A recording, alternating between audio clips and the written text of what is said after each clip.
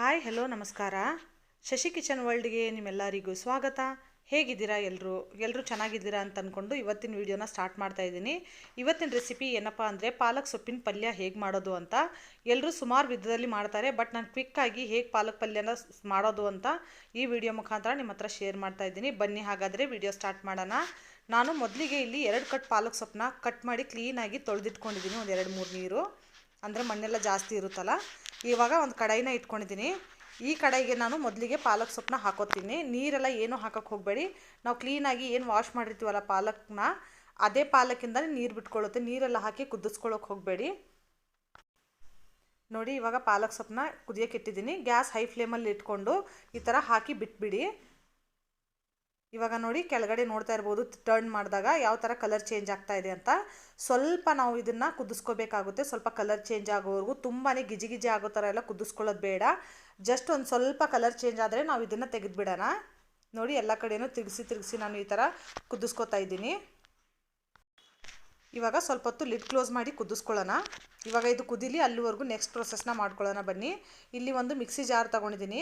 ಈ ಮಿಕ್ಸಿ ಜಾರ್ಗೆ 1 ಗೆಡ್ಡೆ ಬೆಳ್ಳುಳ್ಳಿ ಬಿಡಿಸಿ ಹಾಕೋತಾ ಇದ್ದೀನಿ ನೋಡಿ ಇಲ್ಲಿ. ಆಮೇಲೆ ಹಸಿಮೆಣಸಿನ್ಕಾಯಿ ಕೂಡ ನಿಮ್ಮ ಖಾರದ ತಕ್ಕಂಗೆ ನಿಮ್ಗೆ ಎಷ್ಟು ಬೇಕು ನೋಡಿಕೊಂಡು ಹಸಿಮೆಣಸಿನ್ಕಾಯಿನ ತೊಗೊಳ್ಳಿ. ನಾನಿಲ್ಲಿ ಒಂದು 6 ಹಸಿಮೆಣಸಿನ್ಕಾಯಿನ ತೊಗೊಂಡಿದ್ದೀನಿ. ಇವಾಗ ಇದನ್ನು ನಾವು ಒಂದು ಪೇಸ್ಟ್ ಮಾಡ್ಕೊಳ್ಳೋಣ, ನೀರೆಲ್ಲ ಏನು ಹಾಕದೆ. ಇವಾಗ ನೋಡಿ ಫ್ರೆಂಡ್ಸ್, ಇದು ಪಾಲಕ್ಕೆಲ್ಲ ಕುದ್ದಿದೆ. ನಾನು ಗ್ಯಾಸ್ ಕೂಡ ಆಫ್ ಮಾಡ್ಕೊಂಡಿದ್ದೀನಿ. ಸಾಕು, ಇದಕ್ಕಿಂತ ಜಾಸ್ತಿ ಕುದಿಸ್ಕೊಳ್ಳೋದು ಬೇಡ. ಇವಾಗ ನಾನು ಸ್ವಲ್ಪ ನಿಮಗೆ ಒಂದೇ ಒಂದು ಕಡ್ಡಿನ ಎತ್ತಿ ತೋರಿಸ್ತೀನಿ ನೋಡಿ. ಈ ಥರ ಆದರೆ ಸಾಕು. ಈ ಥರ ಕಿವುಚಿದ ತಕ್ಷಣ ಫುಲ್ ಗಿಜಿ ಆಗಬಾರ್ದು.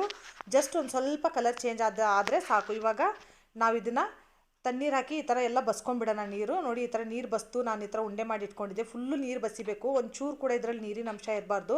ಆ ಥರ ಹಿಂಡಿ ತೆಗಿಬೇಕು ನಾವು.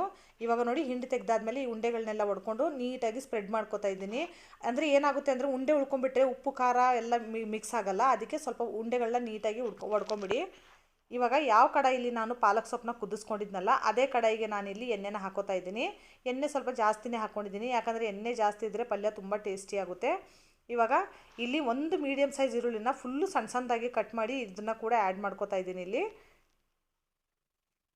ನೋಡಿ, ಈರುಳ್ಳಿ ಕೂಡ ಆ್ಯಡ್ ಮಾಡ್ಕೋತಾ ಇದ್ದೀನಿ. ಇವಾಗ ಈರುಳ್ಳಿ ಆ್ಯಡ್ ಮಾಡ್ಕೊಂಡಾದ್ಮೇಲೆ ಸ್ವಲ್ಪ ನೀಟಾಗಿ ಮಿಕ್ಸ್ ಮಾಡ್ಕೊಳ್ಳಿ. ಈರುಳ್ಳಿ ಚೆನ್ನಾಗಿ ಕೆಂಪಗಾಗಬೇಕು, ಅಲ್ಲಿವರೆಗೂ ಹುರ್ಕೋಬೇಕಾಗುತ್ತೆ.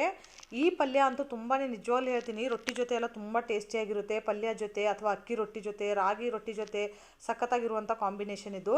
ನಿಜವಾಗ್ಲೂ ತುಂಬ ಟೇಸ್ಟಿಯಾಗಿರುತ್ತೆ. ಮಕ್ಕಳು ಪಾಲಕ್ ಪಲ್ಯ ತಿನ್ನೋದೇ ಇಲ್ಲ, ಪಾಲಕ್ ಸೊಪ್ಪಿನ ಸಾರು ಕೂಡ ತಿನ್ನಲ್ಲ. ಈ ಥರ ಮಾಡಿಕೊಡಿ.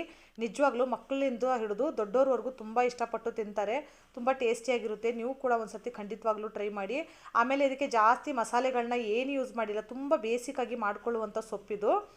ಇವಾಗ ನೋಡಿ, ಹಸಿಮೆಣಸಿನ್ಕಾಯಿ ಬೆಳ್ಳುಳ್ಳಿ ಪೇಸ್ಟ್ ಮಾಡಿ ಇಟ್ಕೊಂಡಿದ್ದೆಲ್ಲ, ಇದು ಫುಲ್ಲು ಸಣ್ಣಕ್ಕೆ ಮಾಡ್ಕೋಬಾರ್ದು, ತರಿಯಾಗಿರಬೇಕು. ಇವಾಗ ನೋಡಿ, ಇದನ್ನು ಕೂಡ ನೀಟಾಗಿ ಮಿಕ್ಸ್ ಮಾಡಿಕೊಂಡು ಹಸಿಮೆಣಸಿನ್ಕಾಯಿ ಘಾಟ ಆಮೇಲೆ ಬೆಳ್ಳುಳ್ಳಿ ಹಸಿ ವಾಸನೆ ಎಲ್ಲ ಹೋಗಿ ನೀಟಾಗಿ ಕೆಂಪಗೆ ಹುರಿಬೇಕು, ಅಲ್ಲಿವರೆಗೂ ಹುರ್ಕೋಬೇಕಾಗುತ್ತೆ. ನಿಮ್ಗೆ ಆವಾಗಲೇ ಹೇಳ್ದಂಗೆ ಇದನ್ನು ಮಕ್ಕಳು ಫ್ರೆಂಡ್ಸ್ ದೊಡ್ಡೋರಿಂದ ಮಕ್ಕಳವರೆಗೂ ತುಂಬಾ ಇಷ್ಟಪಟ್ಟು ತಿನ್ನುವಂಥ ಸೊಪ್ಪಿದು. ಆಮೇಲೆ ಇಲ್ಲಿ ನೋಡಿ, ನಾನು ಉಪ್ಪನ್ನು ಕೂಡ ಸೇರಿಸ್ಕೊಂಡಿದ್ದೀನಿ. ಉಪ್ಪು ಸೇರಿಸ್ಕೊಂಡು ಮತ್ತೆ ಒಂದು ಸರ್ತಿ ನೀಟಾಗಿ ಮಿಕ್ಸ್ ಮಾಡ್ಕೊಳ್ಳಿ, ಎಲ್ಲನೂ ಹೊಂದ್ಕೋಬೇಕಲ್ಲ ಹಾಗಾಗಿ. ಆಮೇಲೆ ಇದಕ್ಕೆ ಜಾಸ್ತಿ ಮಸಾಲೆಗಳ ಅವಶ್ಯಕತೆ ಇಲ್ಲ. ಪಟ್ಟಂತ ಒಂದು 5 ನಿಮಿಷದ ಒಳಗಡೆ ಮಾಡ್ಕೊಳ್ಳುವಂಥ ರೆಸಿಪಿ ಇದು. ಆಮೇಲೆ ಟೇಸ್ಟ್ ಅಂತೂ ಅಲ್ಟಿಮೇಟ್ ಆಗಿರುತ್ತೆ ಫ್ರೆಂಡ್ಸ್, ನಿಜವಾಗ್ಲೂ ಹೇಳ್ತೀನಿ, ತುಂಬಾ ಚೆನ್ನಾಗಿರುತ್ತೆ ಟೇಸ್ಟ್ ಅಂತೂ ಇದ್ರದ್ದು. ನೀವು ಕೂಡ ಒಂದು ಸರ್ತಿ ಟ್ರೈ ಮಾಡಿ. ಇವಾಗ ನೋಡಿ, ಎಲ್ಲ ಹಸಿ ವಾಸನೆ ಎಲ್ಲ ಹೋಗಿ ನೆಟ್ಟಿಗೆ ಈರುಳ್ಳಿ ಮತ್ತು ಬೆಳ್ಳುಳ್ಳಿ ಎಲ್ಲ ಫ್ರೈ ಆದಮೇಲೆ ಸೊಪ್ಪನ್ನ ನಾನು ಹಾಕೋತಾ ಇದ್ದೀನಿ. ನೀವು 2 ಕಟ್ಟು 3 ಕಟ್ಟು ಸೊಪ್ಪು ತೊಗೊಂಡಾಗ ನೋಡಿ ಎಷ್ಟು ಆಗ್ತಾಯಿದೆ, ಇಷ್ಟ ಆಗಿಬಿಡುತ್ತೆ ಕುದ್ದಾದ್ಮೇಲೆ.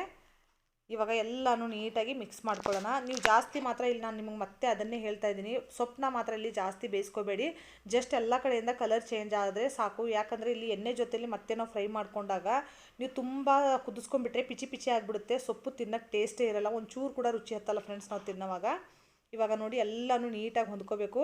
ಆ ಥರ ಎಲ್ಲ ಕಡೆಯೂ ನಾನು ನೀಟಾಗಿ ಮಿಕ್ಸ್ ಮಾಡ್ಕೋತಾ ಇದ್ದೀನಿ. ಯಾಕಂದರೆ ಉಪ್ಪೆಲ್ಲ ಖಾರ ಉಪ್ಪು ಎಲ್ಲ ಕಡೆಯೂ ಸೇರ್ಕೋಬೇಕಲ್ಲ, ನೀಟಾಗಿ ಹೊಂದ್ಕೊಳ್ಳೋ ಥರ ಮಿಕ್ಸ್ ಮಾಡ್ಕೊಳ್ಳಿ.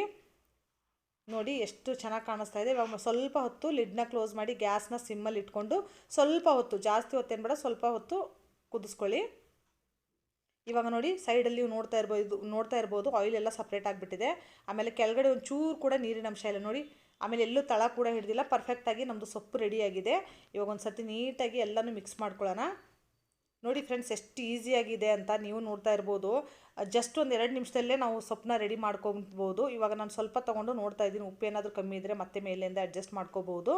ನೋಡಿ ನಮ್ಮದು ಸೊಪ್ಪು ರೆಡಿಯಾಗಿದೆ. ಇವಾಗ ಈ ಸೊಪ್ಪನ್ನ ನೀವು ಜೋಳದ ರೊಟ್ಟಿ ಜೊತೆ, ಚಪಾತಿ ಜೊತೆ, ಅಕ್ಕಿ ರೊಟ್ಟಿ, ರಾಗಿ ರೊಟ್ಟಿ ಯಾವ್ದು ಬೇಕಾದ್ರ ಜೊತೆ ನೀವು ಕಾಂಬಿನೇಷನ್ ಮಾಡಿದ್ರು ಇದ್ರ ಟೇಸ್ಟ್ ಅಂತೂ ಕಮ್ಮಿ ಆಗಲ್ಲ. ತುಂಬಾ ಚೆನ್ನಾಗಿರುತ್ತೆ ಈ ಸೊಪ್ಪಿನ ಪಲ್ಯ. ಪಾಲಕ್ಕು ಸಾಮಾನ್ಯವಾಗಿ ಮಕ್ಕಳು ಇಷ್ಟಪಡಲ್ಲ. ಈ ಥರ ಮಾಡಿಕೊಡಿ ಫ್ರೆಂಡ್ಸ್, ನಿಜವಾಗ್ಲೂ ಹೇಳ್ತೀನಿ ತುಂಬಾ ಇಷ್ಟಪಟ್ಟು ತಿಂತಾರೆ. ಆಮೇಲೆ ನೀವು ಒಂದು ಸರ್ತಿ ಮಾಡಿದ್ರೆ ಮತ್ತೆ ಮತ್ತೆ ಆ ಮಕ್ಕಳು ಅದನ್ನೇ ಕೇಳಿ ಮಾಡಿಸಿ ತಿಂತಾರೆ, ಅಷ್ಟು ಚೆನ್ನಾಗಿರುತ್ತೆ. ನೀವು ಒಂದು ಸರ್ತಿ ಮಾಡಿಕೊಡಿ ಅವ್ರಿಗೆ. ಇವಾಗ ನೋಡಿ ಪಲ್ಯನ ನಾನು ಒಂದು ಬೌಲ್ಗೆ ಸರ್ವ್ ಮಾಡ್ಕೊಂಡಿದ್ದೀನಿ. ಈ ರೆಸಿಪಿ ನೀವು ಕೂಡ ನಿಮ್ಮ ಫ್ಯಾಮಿಲಿ ಫ್ರೆಂಡ್ಸ್ ಜೊತೆ ಶೇರ್ ಮಾಡಿ, ಅವ್ರಿಗೂ ಕೂಡ ಟ್ರೈ ಮಾಡೋಕ್ಕೆ ಹೇಳಿ. ಆಮೇಲೆ ರೆಸಿಪಿ ಹೇಗಿತ್ತು ಅಂತ ಕಮೆಂಟ್ ಸೆಕ್ಷನಲ್ಲಿ ಹೇಳೋದನ್ನು ಮರಿಬೇಡಿ. ನಮ್ಮ ಉತ್ತರ ಕರ್ನಾಟಕ ಸೈಡ್ ಅಂತೂ ಕಂಪಲ್ಸರಿ ಎಲ್ಲರೂ ಮನೇಲಿ ಪಾಲಕ್ ಸೊಪ್ಪಿನ ಪಲ್ಯನ ಮಾಡೇ ಮಾಡ್ತಾರೆ, ಅಷ್ಟು ಟೇಸ್ಟಿಯಾಗಿರುತ್ತೆ ಫ್ರೆಂಡ್ಸ್. ರೆಸಿಪಿ ಇಷ್ಟ ಆದರೆ ಲೈಕ್, ಶೇರ್, ಸಬ್ಸ್ಕ್ರೈಬ್ ಮಾಡೋದನ್ನು ಮರಿಬೇಡಿ. Thank you for watching friends.